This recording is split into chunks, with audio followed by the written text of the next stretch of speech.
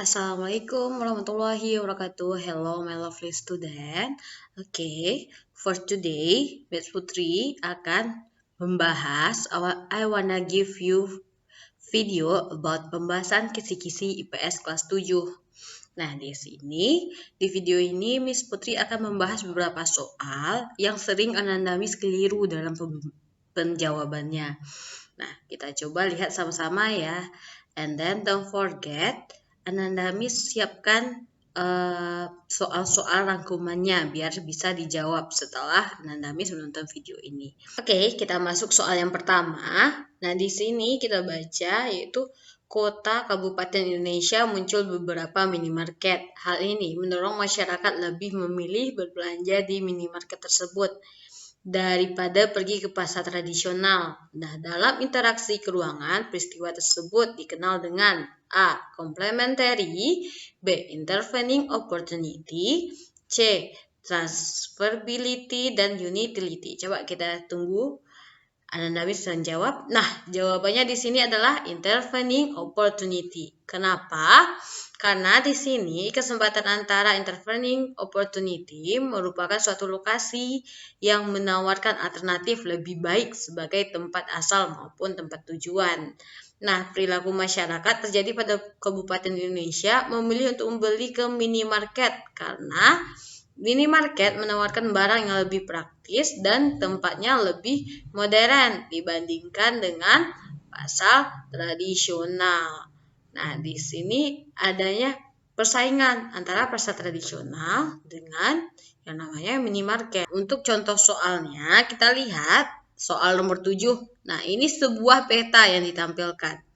Nah, di sini tanda panah tersebut menunjukkan bagian peta. Kita lihat, di sini ada peta kecil. Nah, peta kecil yang ada di dekat peta itu kita namakan dengan insert peta. Nah, sedangkan judul peta, kalau kita berbicara judul peta, dia biasanya ada di posisi atas, di samping kanan, samping kiri, atau posisi bawah. Example-nya di sini adalah peta Kalimantan. Jadi jawabannya di sini adalah insert peta. Nah, selanjutnya, berdasarkan bentuk gambar di bawah ini, simbol merupakan simbol apa? Ini ada sungai, jalan raya, jalan, desa. Nah, simbol itu ada simbol titik, garis, warna, dan area. Sedangkan simbol titik itu menandai bentuknya seperti titik, kayak ibu kota provinsi. Nah, itu simbol titik. Kalau simbol garis, ada jalan, sungai. Nah, kalau simbol garis itu kan berbentuk garis panjang. Selanjutnya warna. Kalau kita lihat ya, kalau dalam gambar ini kita lihat, nah simbol warna di sini kita lihat ada gradasi warnanya. Nah, kalau kita lihat untuk simbol warna hijau, ini adalah dataran rendah sampai dataran tinggi berwarna kecoklatan. Nah, itu dia untuk simbol warna. Sedangkan simbol area, kita lihat di sini ada seperti danau berwarna biru. Ada sebuah lahan atau warna biru pada peta. Nah, itu dinamakan simbol area.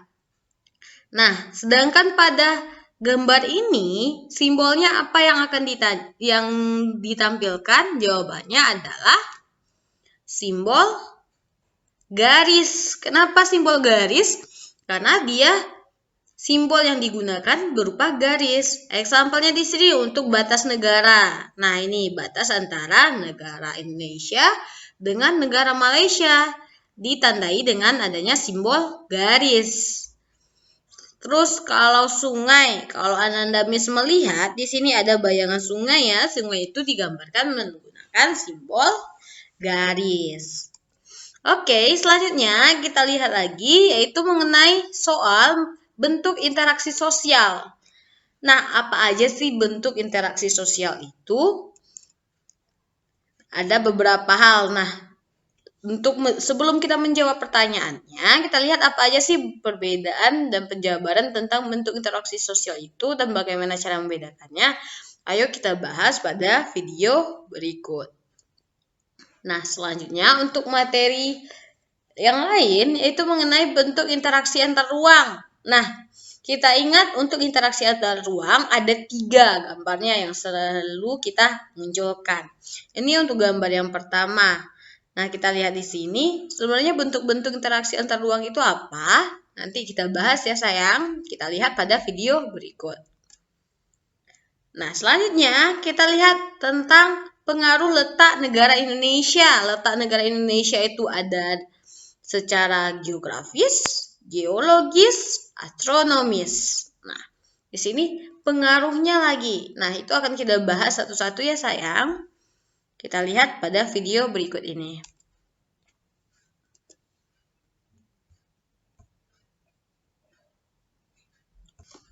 Soal berikutnya, di sini peta kecil yang ada pada suatu peta untuk menunjukkan lokasi daerah yang dipetakan di antara lokasi lainnya yang lebih luas disebut dengan. Nah, ini untuk pemahaman peta ya sayang, unsur-unsur peta. Legenda, judul, skala, atau insert peta. Nah, coba Ananda Miss ingat-ingat lagi. Apa jawabannya? Ya, insert peta.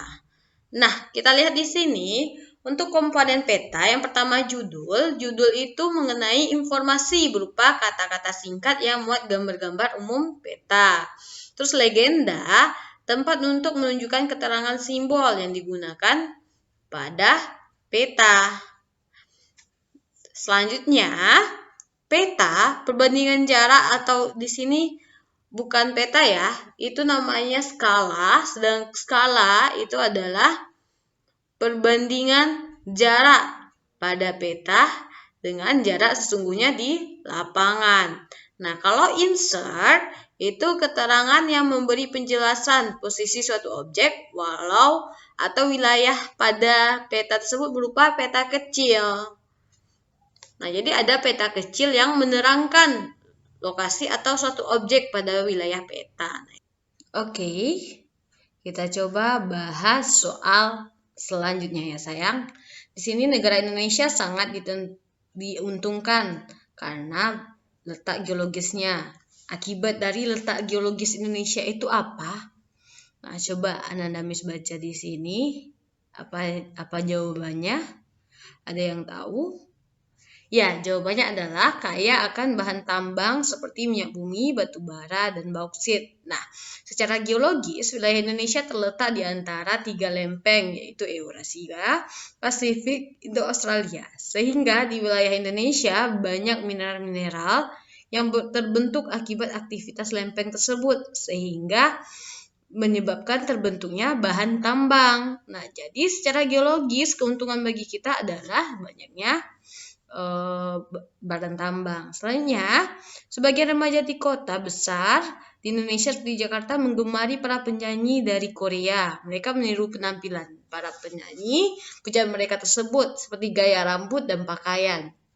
Tindakan para remaja ini akibat dampak dari interaksi antar ruang ya berkaitan dengan. Nah, itu kita masuk ke faktor penyebab interaksi antar ruang ya.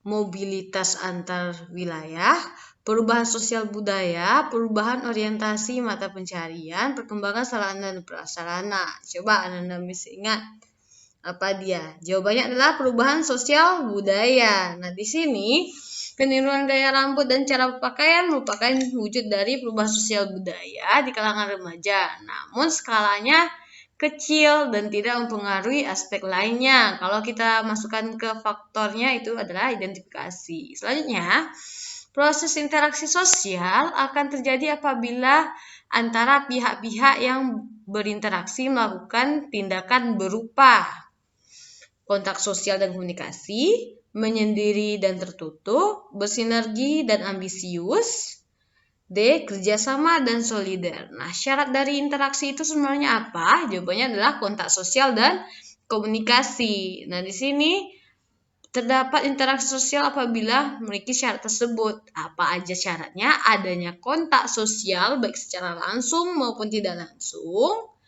Dan adanya komunikasi baik verbal maupun non-verbal. Nah, dengan adanya itu maka terjadilah interaksi. Oke, selanjutnya, dalam proses interaksi sosial, persaingan dalam proses pemilihan ketua OSIS termasuk jenis. Nah, di sini pemilihan ketua OSIS untuk keywordnya. A. Kompetisi, kontravensi, konflik, solidaritas. Nah, coba Anda ingat jawabannya apa? Jawabannya adalah kompetisi. Nah, kompetisi adalah sebuah proses sosial di mana ada dua atau lebih pihak yang saling berlomba untuk berebut suatu demi mencapai kemenangan. Pemilihan ketua OSIS merupakan wujud dari kompetensi di mana tujuan untuk mencari calon yang menang akan dijadikan sebagai ketua OSIS. Oke, kita lihat lagi di sini interaksi sosial membawa persatuan disebut. Nah, bentuk interaksi sosial ya, ada asosiatif dan diasosiatif.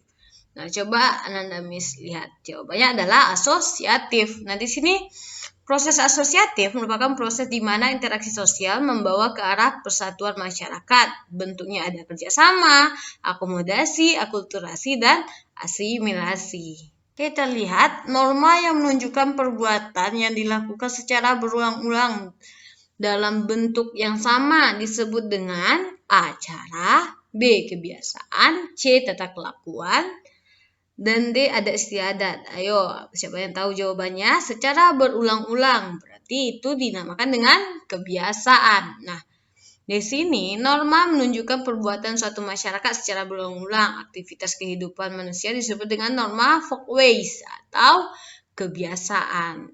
Jadi, ada beberapa jenis norma ya. Nah, di sini di sebuah daerah terdapat aturan yang tidak memperbolehkan mencuci pakaian di kali. Apabila dilanggar, suatu keluarga dari si pelanggar harus membersihkan kali selama 1 bulan penuh. Kasus tersebut merupakan contoh dari pemberlakuan norma apa? Ayo kita coba lihat. Apakah adat istiadat, cara, kebiasaan, atau hukum? Nah, coba Anda ingat norma apa dia yang bisa berlaku?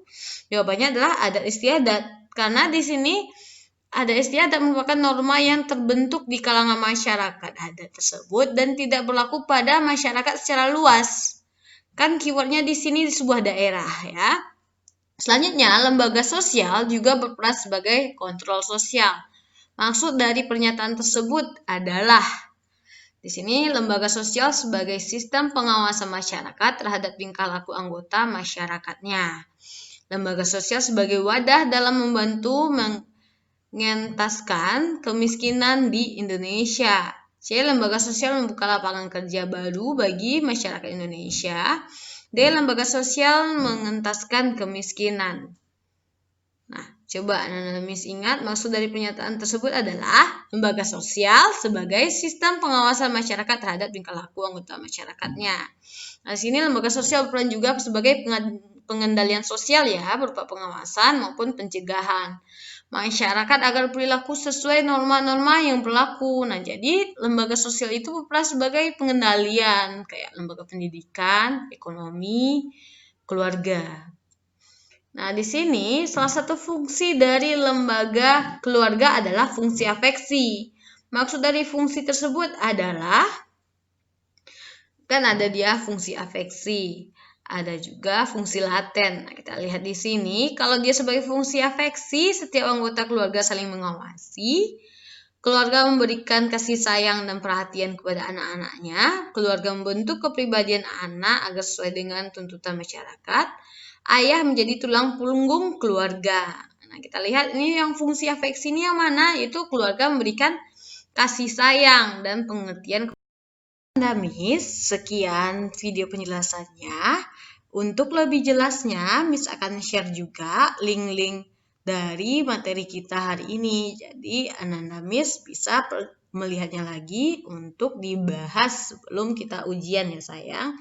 Karena video ini hanya segelintir dari materi kita. Jadi, silakan Ananda Miss pelajari lagi. Thank you sayang. Assalamualaikum. Sukses for your exam.